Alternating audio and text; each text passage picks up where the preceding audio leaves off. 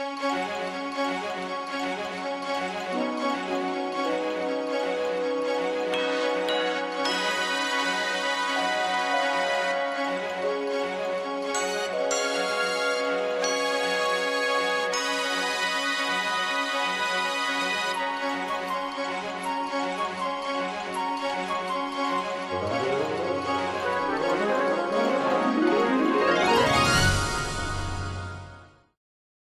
like to call the meeting to order. Could we have a roll call, please? Belsley.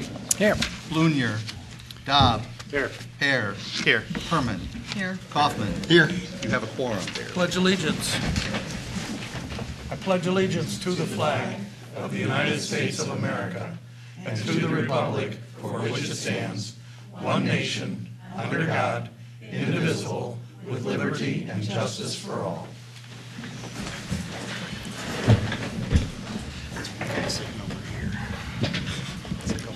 We have no public hearings tonight, but we do have a special presentation, Chief. Thank you, Your Honor.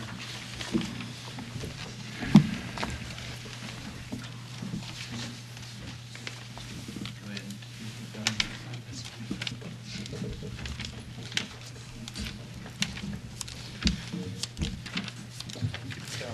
Starting to become a habit that I'm presenting some awards to some of our members here with the second meeting in a row. But in honor of our auxiliary and police week, we always honor those that have achieved 100 volunteer service hours with the Presidential Award that actually started back in 2004. And we've had several of our members earn that. I have this year, for 2014, we had 7 members of the auxiliary that earned 100 hours or greater.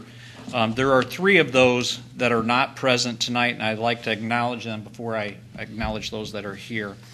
Todd Glasscock, who couldn't be with us tonight because of a family emergency, had 174 and a half volunteer hours.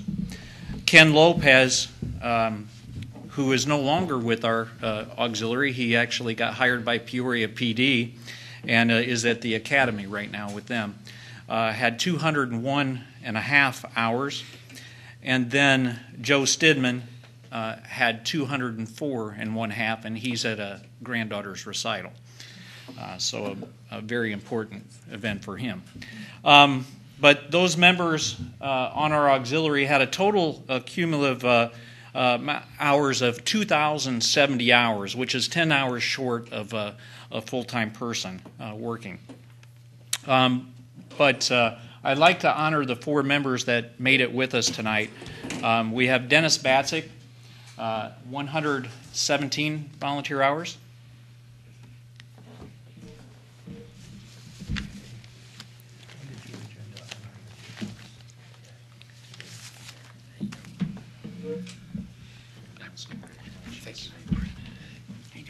Thank you.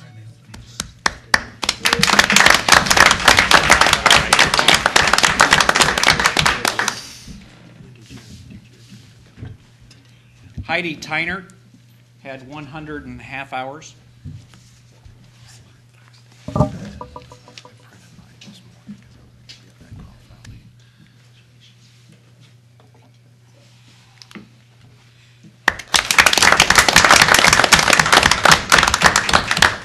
Bob Willis had 164 hours.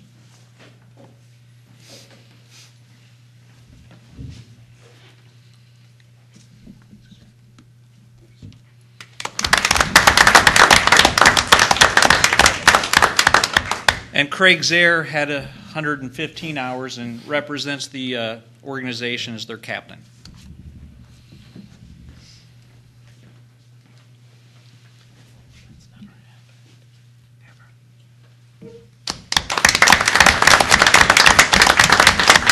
Again, as I said earlier, they had 2,070 hours as a group. It's a growing organization. There are new members looking to join it. They are involved in several activities. They're also our first line of defense at this time of the year with as trained storm spotters. where they go out and watch for the storms. They volunteer as security for the high school and other events that go on during the year. Our tourism director keeps them very busy with all the events with the tourism. And they help out with the festival, which is a very important event for us, with the traffic direction. And even though it's 10 hours short of a full-time individual, we could not do or accomplish what they do accomplish for us with even 5 full-time people. So as an organization, they're very valuable to us. They've been in existence since 1968, and they're very strong and one of the strongest in our area. So I appreciate all that they do as the chief, and I know you as well as the board. I'd like to thank all of them. I noticed that Bob Willis's wife is here. And you know, while he's volunteering, she's sitting home watching reruns. So let's give her a hand, too.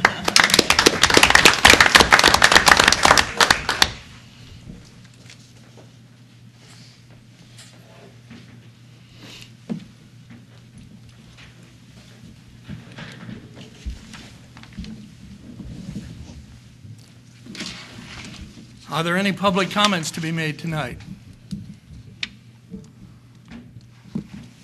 Would anyone in the audience like to remove something from the consent agenda?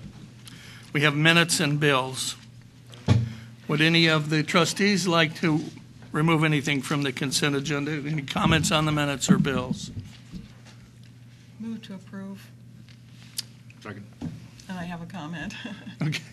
I just wanted to point out that there were amended minutes in front of us tonight, a slight amendment that I had asked Joe to make, which differs slightly. It's an addition to what was in your packet.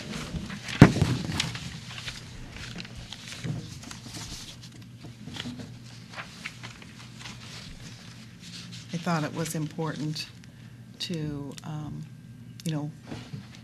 and Joe and I discussed this, that when we have a divided vote, a split vote, it would be important to have some statement from each side as to why, so that 20 years from now, when someone looks at those minutes, they know there was discussion and the points that were made. 20 years is a little longer than I need. Okay. Anything else you wanted to comment on? That's all I wanted to make sure everyone saw it. Let's call the roll then. Belsley. Yes. Dobb. Yes. Hare. Yes. Herman. Yes. Kaufman. Yes. I have 2 things tonight. One is approval of trustee assignments. You've received the list. The list and the rationale is exactly the same as it was at our last board meeting, except that any reference to the Morton Economic Development Commission has been eliminated. And remember, this is not a resolution or an ordinance. It's essentially a request for volunteers. So if any of you are busy, some of these things really take a lot of time. If you're busy and don't have time for the issues I've suggested, please let me know. We can just cross it off. I have checked with Trustee Blunier, and he's okay with his assignments. Could I have a motion to approve? So moved. Could I have a second? Second. Randy, motion, Ginger, second. Any questions or discussion? Call it. Dobb. Yes. Hare. Yes. Herman. Yes. Kaufman. Yes. Belsley. Yes. Second item is ordinance number 1501, an ordinance amending Title 3, Section 8, Chapter 6 of the Municipal Code. We've had some changes in liquor licenses. We've, in fact, lost 6 of them or changed 6 of them, and we've added 1. If anyone wants to know the specifics, our administrator has brought that information, but we've just had a few changes in town, nothing significant. The only real loss of a business was Wines and More that has left, and they had 2 different licenses. Could I have a motion? Randy, could I have a second? Second. Everybody's moved. I don't know where to look now. I know. Any questions? Call it. Dobb. Yes. Hare. Yes. Herman. Yes. Kaufman. Yes. Belsley. Yes. Village clerk, Nothing tonight, Your Honor. village administrator, Nothing tonight, Your Honor. chief of police, Nothing tonight, Your Honor. corporate counsel, Nothing tonight, Your Honor. director of fire and emergency services, Nothing tonight, Your Honor. director of public works. I have several items tonight, Your Honor. First, I'd like to ask for acceptance of bid for 2015 tractor loader backhoe for the street department in the amount of $37,374. This includes the guaranteed buyback trade and award of contract for same to Altorfer. I will add that the budget for this was $55,000, so So moved. pretty good deal. Second. Second by Dobb. Any discussion? Call a vote, please. Hare. Yes. Herman. Yes. Kaufman. Yes. Belsley. Yes. Dobb. Yes. Second item, I'd like to ask for acceptance of bid for a 2015 one-ton heavy-duty extended cab truck for the wastewater treatment department in the amount of $27,940 with trade and award of contract for same to Bob Grin Chevrolet. Just to clarify, we do have to add a utility box to this, and we're still trying to fine-tune the numbers on that. I should have that shortly, but I think this is still a pretty good price here. So this is just the chassis of the truck. So moved. Second. Second by Belsley. Any discussion? Call a vote, please. Herman. Yes. Kaufman. Yes. Belsley. Yes. Dobb. Yes. Hare. Yes. Next item, I'd like to ask for acceptance of bid for a 2015 sport utility truck for the water treatment department in the amount of $28,210 and award of contract for same to Bob Grimm Chevrolet. I will note on this one, the budget was $25,000. We did decide to keep the 2005 Ford Ranger pickup instead of trading it in. We do have some summer help helping us this summer, and thought that truck would be nice for one more year to help us out in the summer. So moved. Second. Is that Sam? Any questions?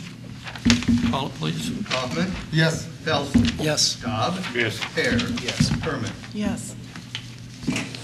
Next item, I'd like to ask for acceptance of bids for water distribution materials from HD Supply Waterworks in Washington, Illinois, in the amount of $75,417.50, and for ductile iron water main pipe from IMCO Utility Supply out of Springfield, Illinois, in the amount of $80,985.65.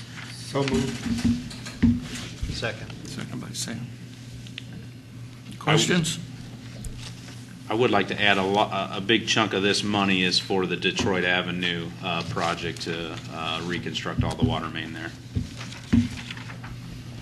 Call a vote, please. Belsley. Yes. Dobb. Yes. Hare. Yes. Herman. Yes. Kaufman. Yes. Next, in your packets is resolution number 04-15. This is a resolution authorizing a maintenance agreement with the Illinois Department of Transportation. I sent an email out to you. This is a 10-year agreement. In the first year, from July 1, 2015 to June 30th, 2016, they will pay us annually $31,293.01. And basically, this is an agreement with them. We have 3 highways in town: North Morton, Jackson, and Birchwood. And this is basically an agreement where we do routine maintenance for them. I would say it's a pretty good deal for us, considering these roads are all in pretty good shape. So a majority of the work is street sweeping, minor crack control, a little bit of mowing. So I'd like to ask for approval for that. So moved. Second. Question. Yep. Second by Dobb. The other 9 years of the contract, then, how does that work? Yes, they will review that every year, and then basically they'll look at engineering news record for any adjustment factors. So this year actually went up from last 2.71%, but it could go down a little bit too. So it's going to be in that 30,000 range.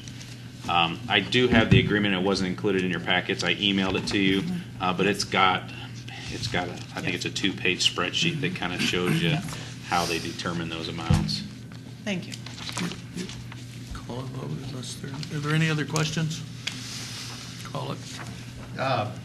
Yes. Hare. Yes. Herman. Yes. Kaufman. Yes. Belsley. Yes. And lastly, in your packets is the Public Works recap for the month of April. That's all I have tonight, Your Honor. Planning and zoning. Nothing tonight, Your Honor. Trustee Belsley.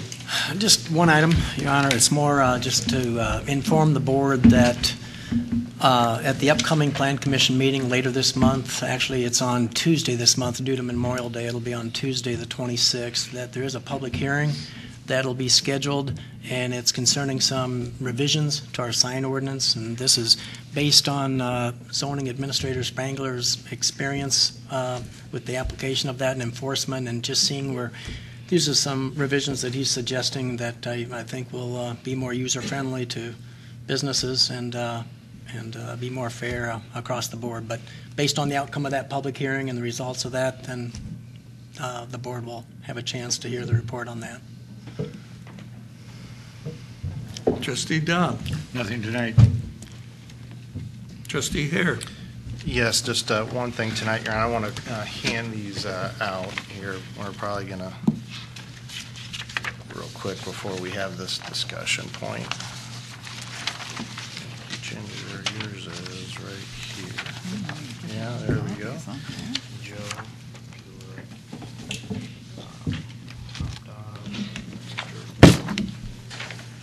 Down there, and then I have a couple extras too for later. What I have in front of us today is the resolution 3-15, essentially in regards to the funding that the village gives the Economic Development Council. The actual funding dates all the way back to when it first was started back in 2007. If records, you go back and look, there's actually nothing in writing in regards to this. It's kind of just a year-by-year basis. So what I wanted to do, and the purpose of this resolution, is to actually get that in writing.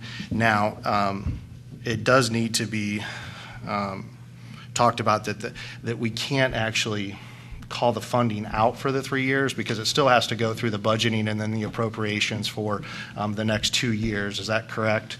Yes. Yeah. So essentially, for what this does is obviously there's two different dates. What we would want to do is actually commit the funding for this year, fiscal 15. And then put a commitment down, from the board for the next 2 years. The reasons being for that is obviously any good privatized company is trying to make budgeting and planning issues down the road. There's goals that they want to meet, which we'll talk a little bit about in the packet. So it makes good business sense that it's not just a year-to-year basis from the board, but we would actually kind of maybe look at it in 3-year terms, and then maybe we could raise or lower at that point, however we see fit. But what I wanted to do, as well as talk about this, but the actual resolution is to talk about why we would want to invest in the EDC. Just put together kind of I would call it a 60,000-foot view of what the EDC does and what it does for the village and why we would want to invest the $55,000.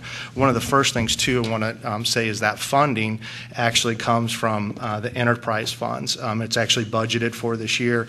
Julie, you could help me out, actually. It's coming from wastewater and gas. Yep, wastewater and gas is where that actually comes from. And when we say enterprise fund, what that actually means is there are services that we actually provide the citizens that we do have to charge for because there's cost. So when we have it in the money coming out of the enterprise fund, it actually isn't money that we're pulling from the police department or fire and emergency services or from streets, which is a good thing for the citizens to know that we're actually, the funds are actually then going to be used to invest into the community. So the EDC actually has set forth quite a few goals as far as job growth, job retention and creation, new construction, which actually broadens our tax base. Trustee Herman is going to provide us a resolution here coming down right after me about Governor Rauner and maybe some potential plans of some funding that might get pulled from us, and that's why a strong economic growth is so important for Morton so that we can broaden our tax base to give us actual stability and some growth. So one of the things that that I was looking at, we talked about some of the highlights, which were have been pretty good for the last 3 years with the EDC. 80% of new job growth is really going to come from business expansion. So current business is growing jobs. And that's been actually exceeded. The goals that we've actually put forth have been exceeded, including actual commercial development.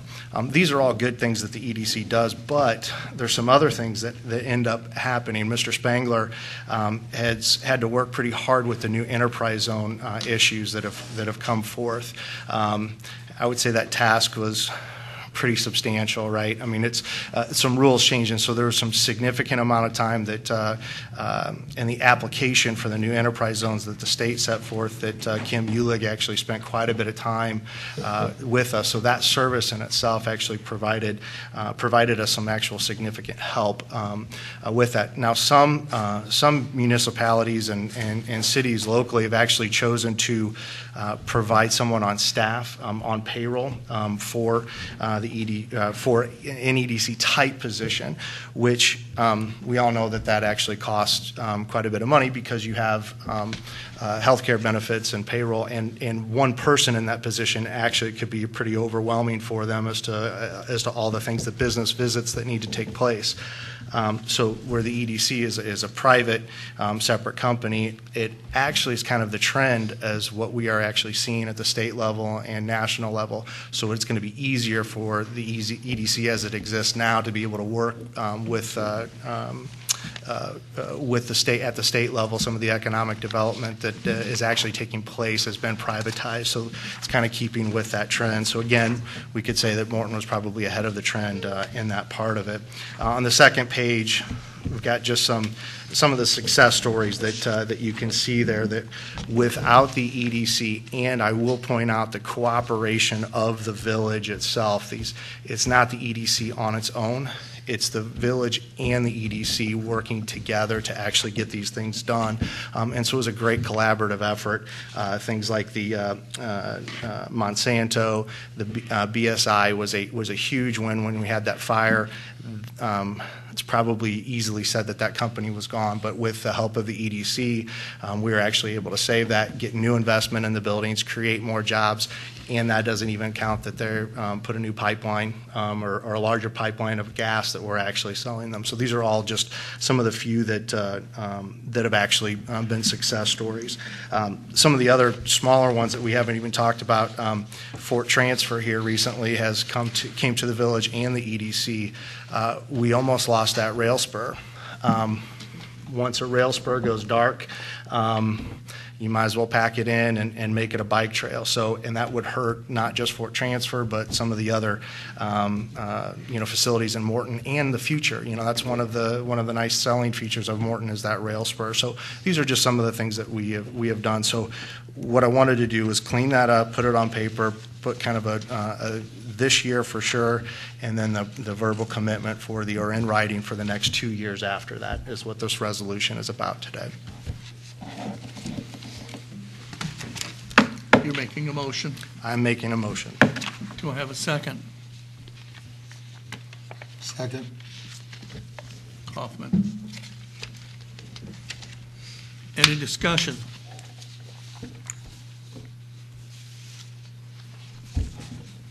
Call it. I have Dobb. a couple of things. Randy has a couple questions. Oh, I'm sorry. Couple I of didn't hear. questions. I guess my first question is just the timing of this right now. I think as you look back over the last several years, going back to 2007, the funding request in the way of an invoice that we've received most of those times came in September. And that was an annual allotment, and I'm not saying that was a good practice, but I'm just curious. One is the timing of this right now, and then two is the amount, $55,000 a year. And even though it's a resolution and it's not a contract, I think the expected commitment is there by the village for the next 3 years. So it's a sizable commitment on the village's behalf as well. And I guess those two things, one is the timing, why now? And then the dollar amount, is that the right amount, and how do we know that? To answer your first question, Randy, would be, is that we can actually still pay the bill in September when we got the invoice. This isn't stating that we actually have to, right after this meeting, cut them a check for the $55,000, right? So this is in the fiscal, which runs May to May. So that part of it, not a problem at all. The $55,000, that is what we have done in the past. If you kind of add the numbers up, it actually, I think it's almost $530,000 since '07. Is that correct? You divide that number by 8, you're really coming in at about $66,000 a year as far as the per year funding going to the EDC. When you look at the $55,000, that has been a number that's been put forth. I would, in my opinion, because I see what the value is, I'd like to raise it. I think that would actually be a great deal for the citizens. You look at the taxes that have come in this year. I think year to year, fiscal year, is it $230,000 over in the sales tax revenue? Conservatively, yes. Conservatively is about $230,000 in additional sales tax revenue year over year. The projections that are coming forward, that's going to continue to rise. So I feel like, from that standpoint, the $55,000 is actually a very good value to the village. I don't know that it has to go up, but in my mind, I would look at it that way versus decreasing it. This is the amount we've paid since 2012. Yep. In that amount. But I think collectively it was acknowledged it's been a little over $500,000 since 2007. Yeah. Yep. Okay. I guess I'm based it on my own experience earlier in my career. I spent a number of years full-time in economic development, and I was in a very similar position as our EDC director, where you're coming before public bodies and asking for their support. And I would like to see more information before I'm ready to commit to that number as well. For instance, it was very common to present the budget and where those sources of funds came from, whether it was grant funds, whether it was public dollars, private investment. If you're, as a body, doing work on behalf of the Village of Morton, I think it's only reasonable for us to ask for some of that information on behalf of the citizens. That's what we're going to be funding and supporting. And then in terms of an accountability, I would like to see more accountability in terms of maybe quarterly reporting. I know you have an annual meeting. I've been to most of those over the years. But I think an example we could probably look to most recently is our own county. Tazewell County entered into an agreement just recently with the Greater Peoria EDC for an annual allotment, a one-year contract, performance-based services. And I think what I've seen of it, it's a very good example of openness, transparency, and in fact, as a condition of getting those funds, the Greater Peoria EDC meetings, monthly meetings, are open to the media. And I think that's a good gesture with the public's funds and transparency. And obviously, there's certainly going to be those times that work needs to be done in a confidential manner when you're dealing with negotiations with other parties. And that's suitable activities for closed session, and those are allowed as well. So it still allows their body to conduct their day-to-day activities, and yet with a level of transparency to the public that I think is good government. By the way, the City of Peoria and Peoria County has also recently entered into those agreements as well, and they made it very clear that even though the Attorney General's office might not define the nature of the EDC's meetings as needing to be subject to the Open Meetings Act, they actually made it as a condition of their funding that their meetings be open and transparent. And I think that's a great example for us locally, and I would like to see us incorporate more of those standards into our consideration of funding here this evening. And And I'm not sure we can probably accomplish that. So I guess what I'd really like to see is, because of some of these matters, these issues, I don't see it being something we can quickly act upon, and I'd really like to see us maybe even table this and have more of this discussed and vetted out, and then brought back to the board for full consideration at a later date. The $55,000 too represents about 20% of the actual budget for the EDC. So that's something that's it's not dependent on the on the village board, but obviously it's very helpful as far as employees and staffing goes for what they do for the village. So that gives you an answer there. Speaking of staffing, I guess I had a question as well. I mean, Brian, I see you're sitting in the audience. You're the only full-time employee right now for the EDC, is that correct? Okay, and then we previously, Kim Eulig's name was mentioned, but what's the current status or situation with her involvement with the Morton EDC? Kim is now working for us under contract. So it's the variety of different projects and initiatives, a lot of the same things she's been working on. A lot of it is very project specific on some different opportunities and leads that she's been working on over the last year plus. So we're having her continue on in that function. Some other types of projects as they come up as well. Obviously she's very well connected and very experienced, so she's a great asset for the organization and myself as I've come on board here. We are looking also at some of our longer term staffing. I know, I'm looking at adding some part-time help right now to help with some of the administrative type of functions that Kim used to do some of.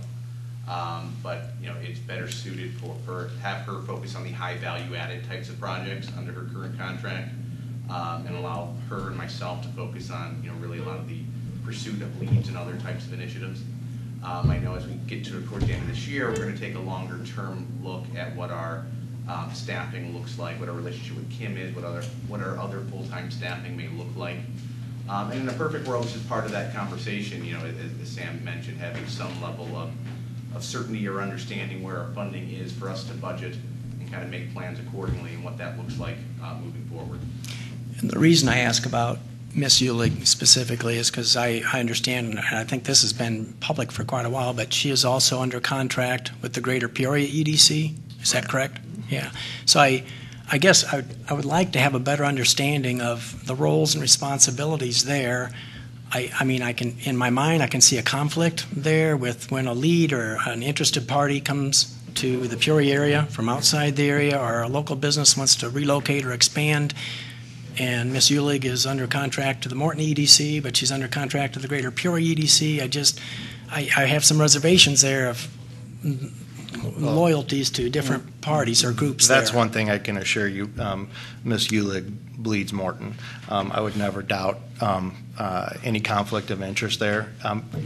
You're shaking your head, but I want to tell you because she's under contract to Greater Peoria EDC. No, it's the idea there's going to things that are going to fit in Peoria aren't going to fit in Morton. We don't want the things that go in East Peoria that are going to come to Morton. It's not a one size fits all, and each case is very different. But I don't doubt that as far as Kim's character and what she is going to do for us, you can roll your eyes, but I'm going to tell you, I've worked with her. Anyone that's worked with her, Roger Spangler, of what she did for us with the application for the enterprise zone, that's not questionable. So from my standpoint, I get your questions.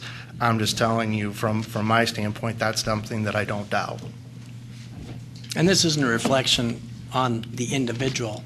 I'm saying the way we set it up to operate that way, it's difficult for anyone in that position to try to avoid a conflict of interest, regardless of the individual. I don't have that. Yeah, you're fine. I just don't have that concern. I've been working with the EDC for the last 2 years and with Kim. I don't feel that way. I understand the question, but I don't feel that way at all.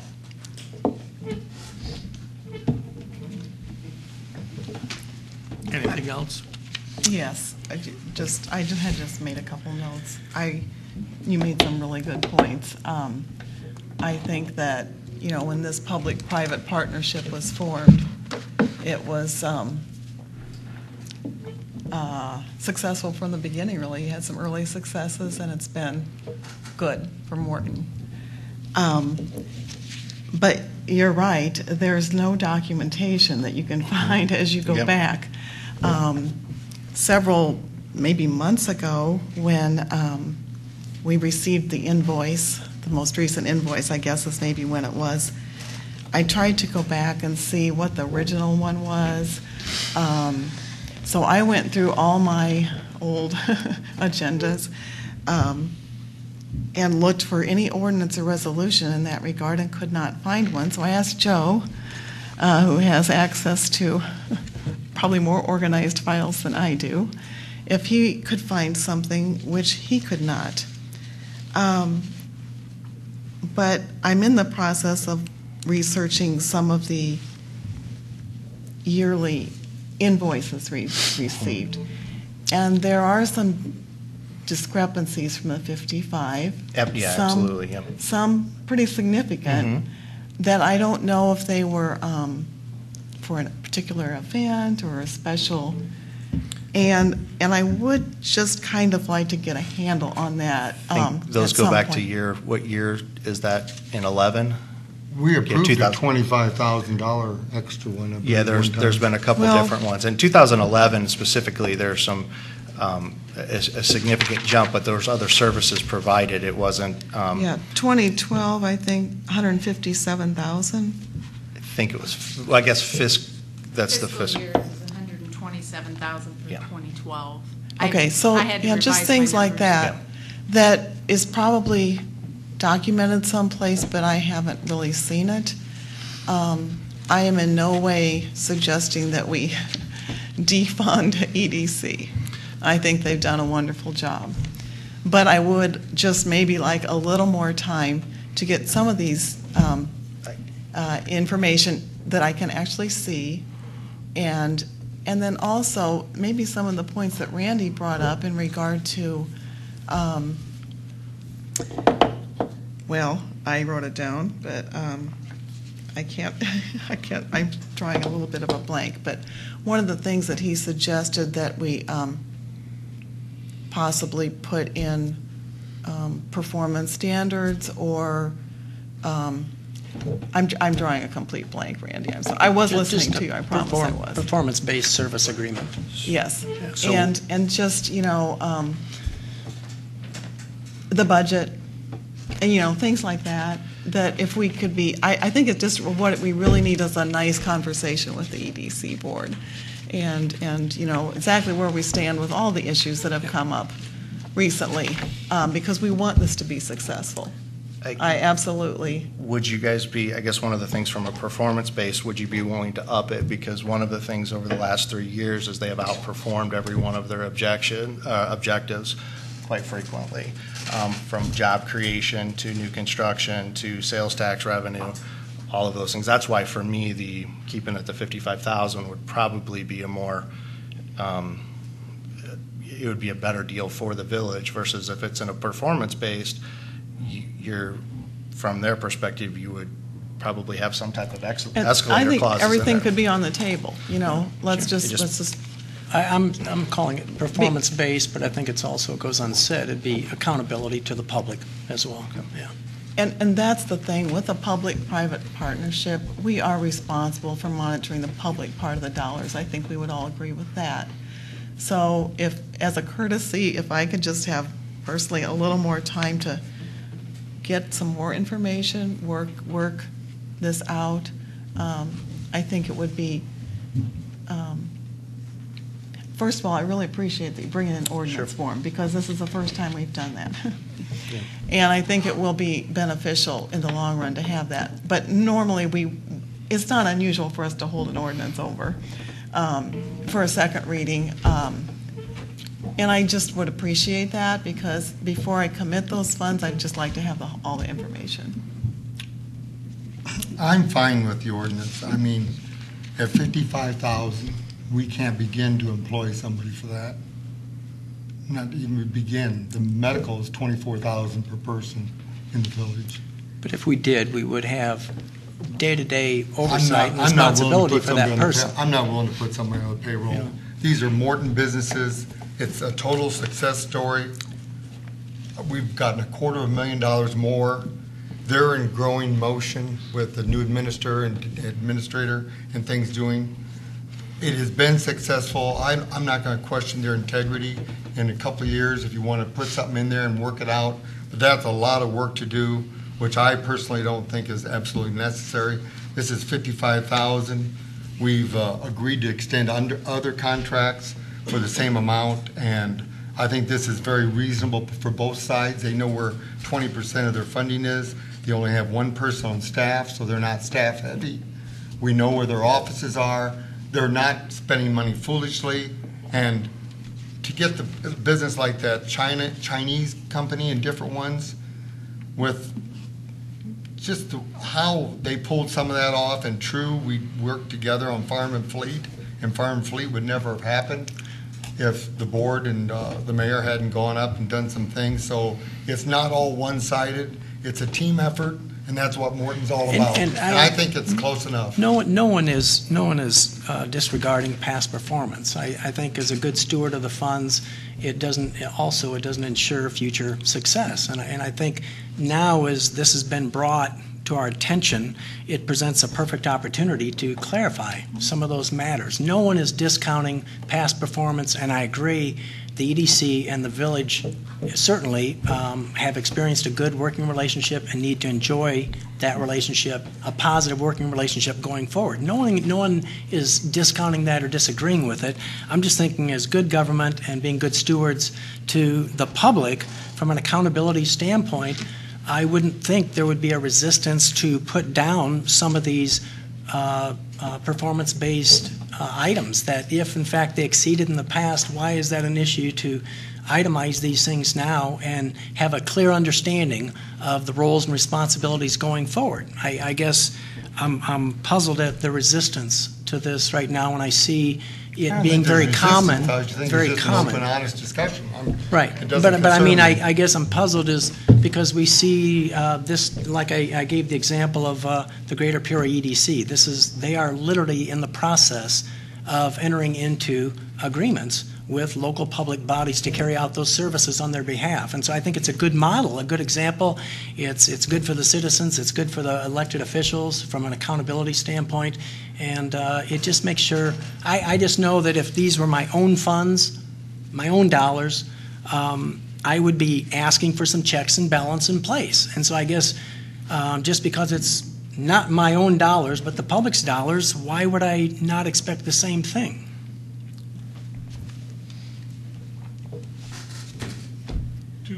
Two points I'll jump in on. First is a matter of procedure. If a motion table was made and seconded, that should get called first before the action on the resolution. Second is a matter of procedure, and Sam mentioned this, but I want to make sure it's pulled out so you guys know where things sit. No money would go to the EDC on the basis of this resolution without a second action by your board. I don't believe you've adopted your appropriation ordinance yet for this year. So you'd have to appropriate this year's spending before it could be made, and then subsequent years you would also have to have an appropriation and board action for the money to go. So this is more precatory would be the legal word kind of for it, a statement of intention as opposed to a strict obligation of the board.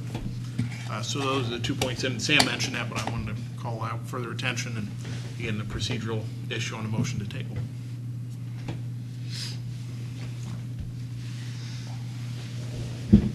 Any other discussion? Mr. Dobb, any comments?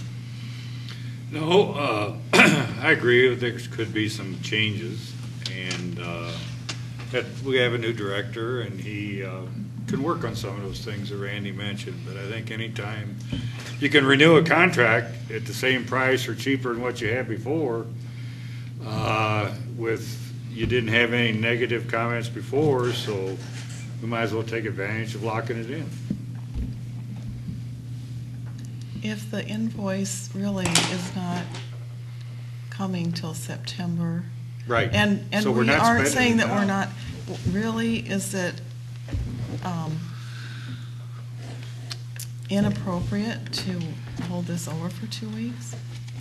I don't understand the rush when there are still a few unanswered questions that I think can be addressed. Anything else? Call it. Dobb. Yes. Hare. Yes. Herman. No. Kaufman. Yes. Belsley. No. Call the mayor, we need to have the majority of those present voting yea, but we don't have a majority of the corporate authority, so we need the fourth vote. Like Ginger, I want to say hats off to Trustee Hare because this has never been formalized before, and I'm really glad to see that we're finally putting our arms around and saying, what are we really doing here? This is obviously important to the village. The village has given the EDC over $500,000, so this is an important thing to do. But I'm persuaded that we really need to talk a little more about what's the right amount of money, and as Randy suggests, we need to look at some measures of what we're getting for our money. So I'm going to vote no. As a point of procedure, that doesn't preclude further action on this matter at a subsequent meeting. You can vote on it every meeting in perpetuity if you so chose. Yeah, I want to point out that this, I'm not like saying, oh boy, I don't like the MDC. And typically, we give them our contribution in September. We've got plenty of time to sort this out and make a contribution before September. I just think it needs a little more public discussion.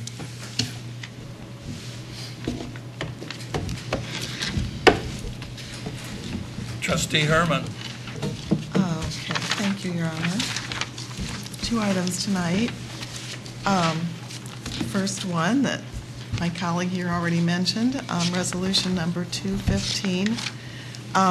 As you'll recall, I brought the information about the threat of 50% cut to the LGDF, our share of that, to the board's attention several weeks ago, and at that time, Mr. Davies suggested that several communities are passing resolutions in that regard, and thought it might be a good idea. I wasn't sure that it was necessary, but in the weeks since then, I've spoken with several of our state legislators and have been convinced that we need to put this in resolution form. Around 150, I think, at the last time I checked the IML website.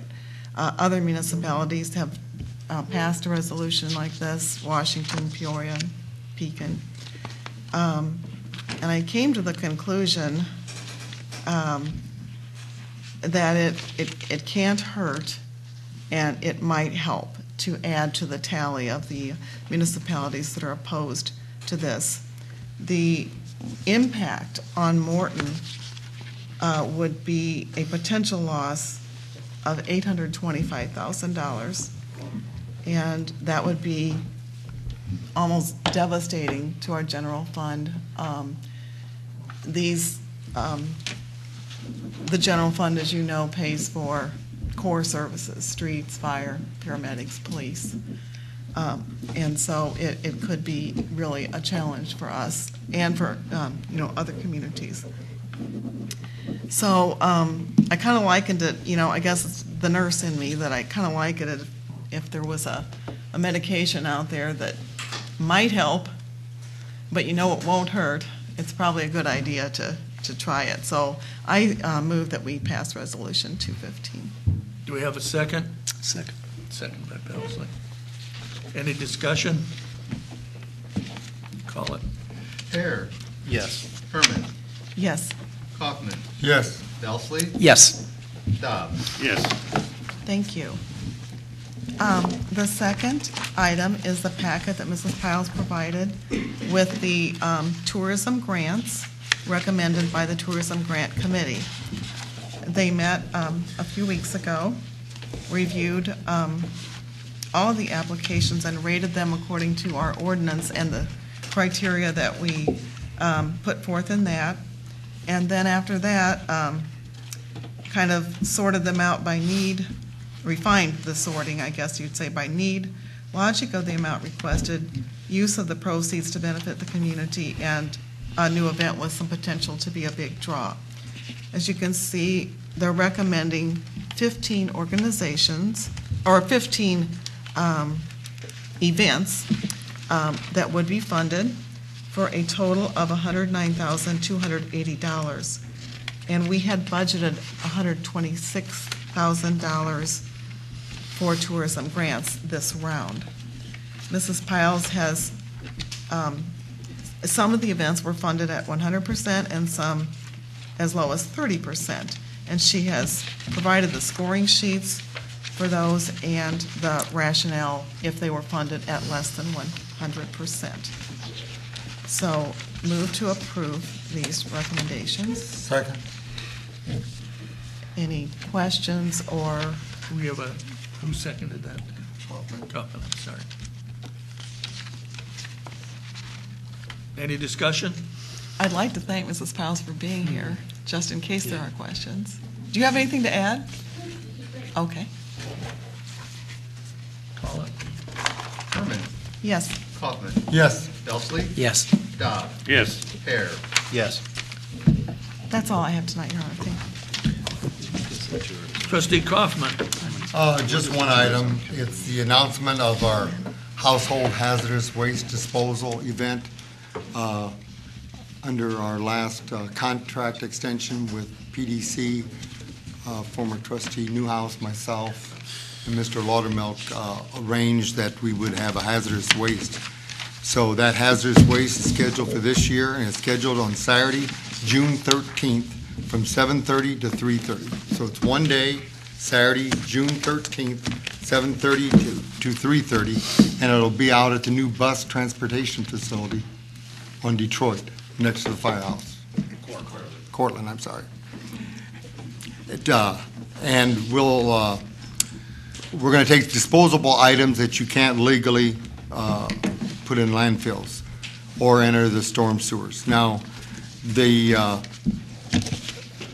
Grimm Brothers Trucking will be in charge of it, as well as Viola, which is an international firm, and they are the same two that did the last one here, very experienced. The Morton Police will do the traffic control, and you will enter this hazardous waste only from veterans as of now. So we like you to remind you of a couple things. One, motor oil and electronics, e-waste, you can drop off at Grimm Brothers' office now. So we don't need electronics, TVs, and all that held till then. You can drop that off weekly at the site, motor oil and e-waste. Also, paint, as long as it's solidified, you can leave it with your garbage weekly if you set the can next to your garbage. So I want everyone to understand that there is a way to get rid of paint, e-waste, motor oil, and cardboard now weekly at Grimm's. So on this date, on Saturday, the June 13th, first, the list of items that aren't acceptable are such things as smoke detectors, explosives, fireworks, fire extinguishers, and medical waste, which usually once or twice a year we can get rid of medical waste with our police department. Acceptable items is oil-based paints, household and auto lead batteries, paint thinner, motor oil, herbicides, drain cleaners, and goes on, pool chemicals, cleaning products, fluorescent lamp bulbs. So all those things that you can't normally get rid of. So this list will be on the TV. It'll also be in your billing this week or whenever the next billing goes out. So you're going to be able to see it on the website, in your billing, the list of acceptable items and non-acceptable. But again, that date is June 13th, 7:30 to 3:30, and Morton citizens will have an identification check because it is for Morton citizens only, and you can bring as much as you want. So get in line like I did and wait your turn, and we'll get rid of it. So that's all I have, Your Honor. Could I have a motion to adjourn? So moved. Second. Second by Dobb. All in favor? Any opposed? Nobody wants to stay? Nobody's ever opposed.